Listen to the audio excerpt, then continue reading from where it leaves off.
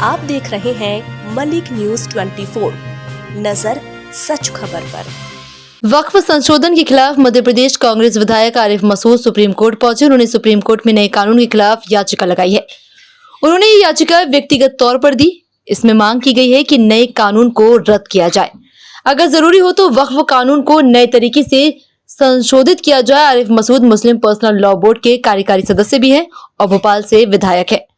15 अप्रैल को याचिका पर सुनवाई होगी। कांग्रेस विधायक ने कहा कि वक्फ कानून को लेकर एक याचिका मैंने सुप्रीम कोर्ट में दायर कर दी। उम्मीद है कि हमारे एडवोकेट नरेंद्र मिश्रा बहुत काबिल हैं। निश्चित रूप से बहुत अच्छे तथ्यों के साथ उन्होंने याचिका लगाई है। कमियां हमने बताई हैं।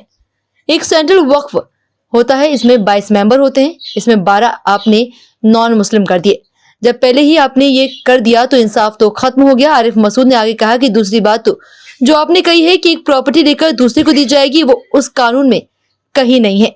ये लोगों में भ्रम फैलाया जा रहा है। इन तमाम बदलावों को लेकर याचिका लगा दी गई है। उम्मीद है कि पूरी ताकत के साथ हमारे वकील केस लड़ेंगे और सुप्रीम कोर्ट से हमें न्याय मिलेगा। ये कानून रद्द होगा। वहीं बीजेपी के प्रवक्ता सत्येंद्र जैन ने कहा कि आज कांग्रेस आरिफ मसूद के इस कदम से एक्सपोज हो गई।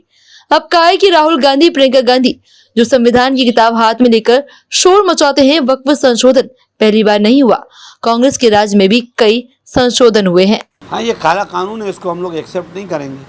हमने मानने से मना कर दिया, और जब सरकार मानने को तैयार नहीं है और अपने हठधर्मी करे जा रही है तो सुप्रीम कोर्ट एक सहारा है। ऐसा लगता है कि सुप्रीम कोर्ट से हमें पूरा इंसाफ मिलेगा, क्योंकि जो एडवोकेट्स हैं वो बहुत काबिल हैं और जो खामियां हैं वो बहुत साफ जाहिर है कि इसमें कहीं कोई ऐसी चीज़ नहीं है जो वक्फ को संरक्षण करती हो। सारा का सारा वक्फ को अतिक्रमण कर रही है, इसलिए उसको लगाया और मुझे पूरी उम्मीद है कि न्याय मिलेगा। आधारभूत क्या ढांचा उसमें तैयार किया आपने, क्या पॉइंट? नहीं, वकील ने करा है, बहुत अच्छे साथ करें। बहुत सारे पॉइंट्स हैं जो बिल्कुल समझने वाले हैं। कोई भी आर्टिकल को एक आर्टिकल को ख़त्म करके दूसरा आर्टिकल जब आप लाते हो तो उसकी मजबूती के लिए लाया जाता है। एक आर्टिकल ख़त्म कर रहा हो, दूसरा और कानून ला रहा हो। एक आपने पहले कानून दिया था कि जो लोग बाई यूज़र में होते थे वो भी आपका गलत है। आप पहले कहते थे कि अगर गड़बड़ी पाई जाएगी तो उसको जो वक्फ की प्रॉपर्टी बेचता है उस पर गैर ज़मानती अपराध बनता था, आपने वो ख़त्म कर दिया। तो आपने कानून को मजबूत थोड़ी करा, कमज़ोर करा।